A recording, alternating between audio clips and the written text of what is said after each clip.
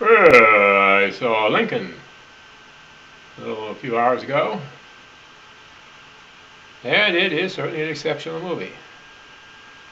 What they've done is told the story of passing the 13th Amendment, which is an amendment that ends the right to have slaves. And it was a very close thing, full of chicanery and double talk and anything to try to get those 100 whatever votes it took to get it passed. And Lincoln got it passed.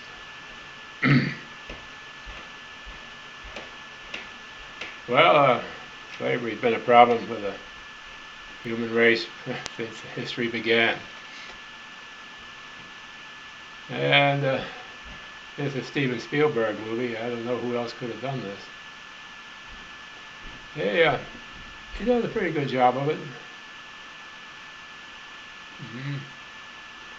And the actors are all a little declarative, perhaps. I don't know whether they're supposed to do that or not. The conversational doesn't really quite make it as conversation. Lincoln tries to bamboozle, charm, and jolly, and slug his way through to getting a majority in the House. Well, it's a really extraordinary movie in its way.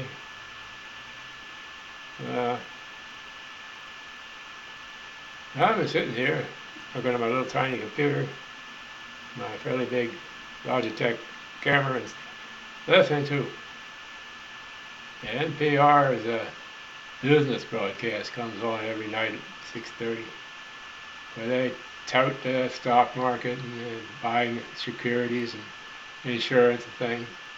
And we just went through a whole big thing where we know those people are a bunch of crooks. Yet there they are for a half hour every night handing out free advice to the suckers. They paid commercials, probably. They interview people pretending it's news, but they probably paid commercials.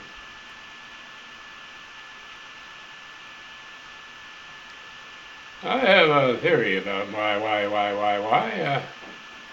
that policies that benefit only about 1% of the population, and not much more anyway, continue to be successful and have down through the centuries.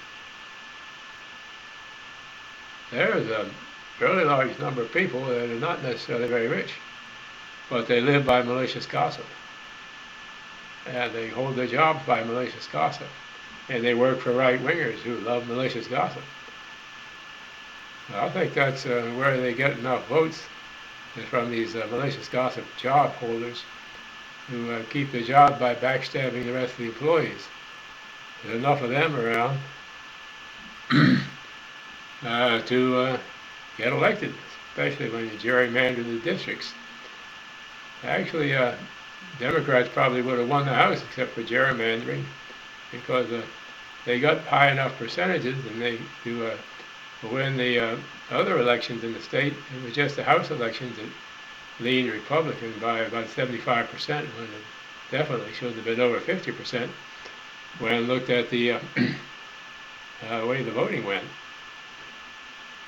But everybody gerrymanders, don't they?